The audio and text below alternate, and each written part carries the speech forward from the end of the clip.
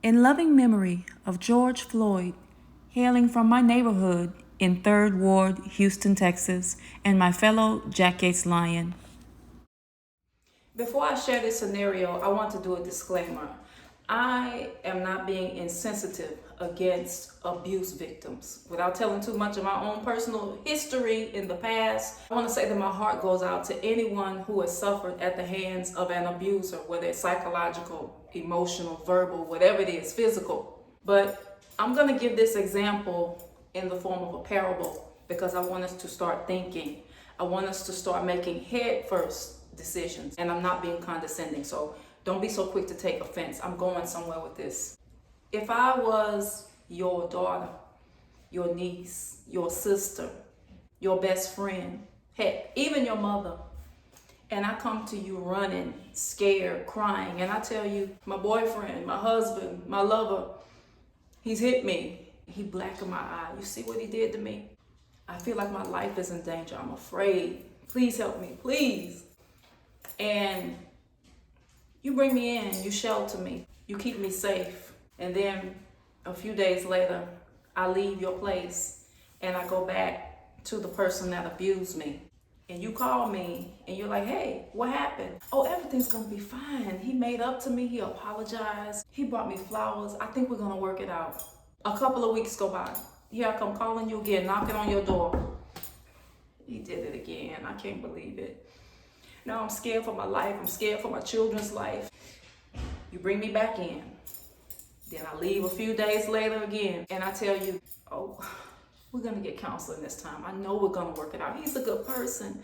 I think everything is gonna be okay. I believe in him. I know he's a good person. He's just under a lot of pressure right now, and I know I shouldn't have provoked him.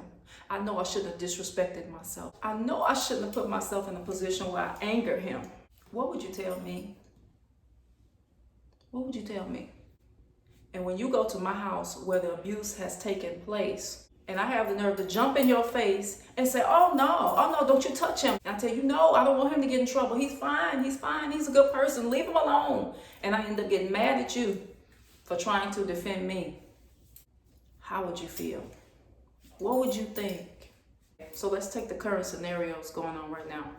How long have we been going through these injustices time after time, year after year? And it's always somebody to jump up and go, well, at least this. Well, look at this crumb they're throwing at us. And my people, as the abuse victims, go, please don't hurt me. Please don't hit me. I just wants to live in peace. What do you think happens? If you're in the middle of a war, have you ever watched a war movie? Have you ever watched any of those mythological type movies where they're going to war? Did you ever see the other side go, please don't hurt me, putting up the white surrender flag? I just want to love you. Why don't you love me? I love you. What would you say? And I'm not even making a mockery, but every time I see that, that's exactly how I feel. Please don't hurt me. Please don't hurt me. Eyes on your side. This is not about being against a person or a people. This is about being for what is right. We in this society have suffered from Stockholm syndrome. I just wants to love you. I just wants to play with you. I just wants to be free. Now, don't take this as an insult because everybody doesn't feel like, oh my God, I need to be included. Please accept me. Some people just want to do them and do that in peace without having to be bothered or harassed.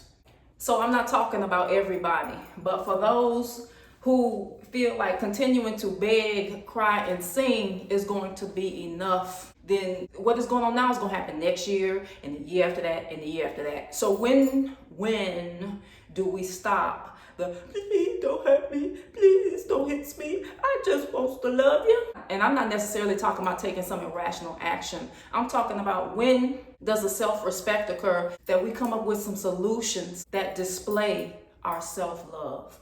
Just like I did that video last week, take it serious or not, there will never be a better love, where I talked about no one is ever gonna love you more than you love yourself. If your level of self-love is here, ain't nobody gonna love you higher than that. So if you don't even love your own people, if your level of love for your people is down here somewhere, then nobody outside of your community is gonna come to your rescue and love you when your level of love for yourself and your own people is down here. when you don't even like yourself, when you don't even take care of your families, when there is no solidarity. No one's gonna do more for you than you do for yourself.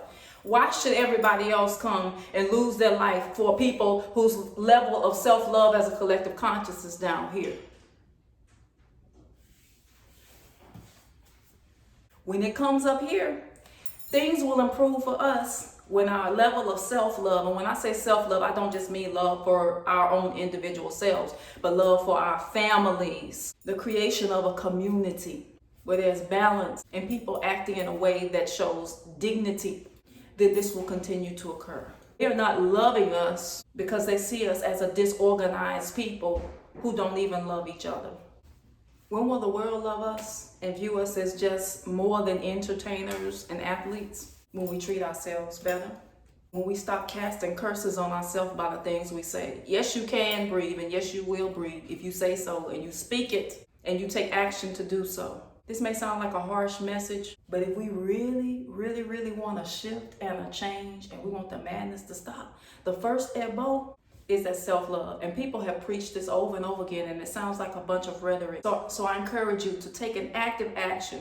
Get your journal and write down one thing that you want to do at the beginning of this week as an act of self-love, because it's going to take more than coconut oil. It's going to take more than yoni washes. It's going to take more than hitting the gym. What is one act of self-love that you can do this week? Number 2. What is one act of self-love that you can do for your family, your immediate family around you, no matter how much you like or dislike them? Number 3, what is one act of self-love that you can do this week for the community around you?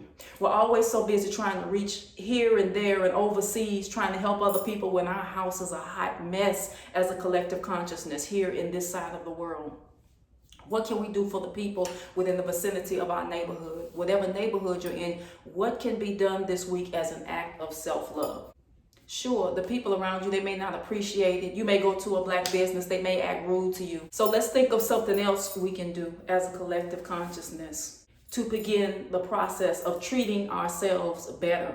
Everybody's so busy throwing roots because you said something to me, I don't like you, or you gonna take my client and this and that, all this other stuff.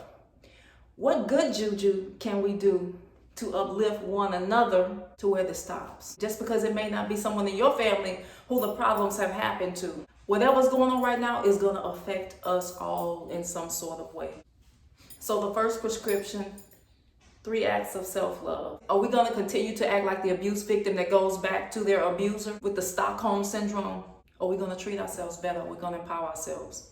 I ask you this question again. If I approach you and I told you someone was hurting me, harming me, putting my life in danger, what would you tell me if I went back time and time again and didn't do anything but beg them? Oh, husband, oh, boyfriend, I love you. Please stop hitting me. I just want to love you, baby. Stop hitting me. What would you tell me? What would you tell me? Whatever that answer is, that's your answer to our social issues right now. Peace and bliss.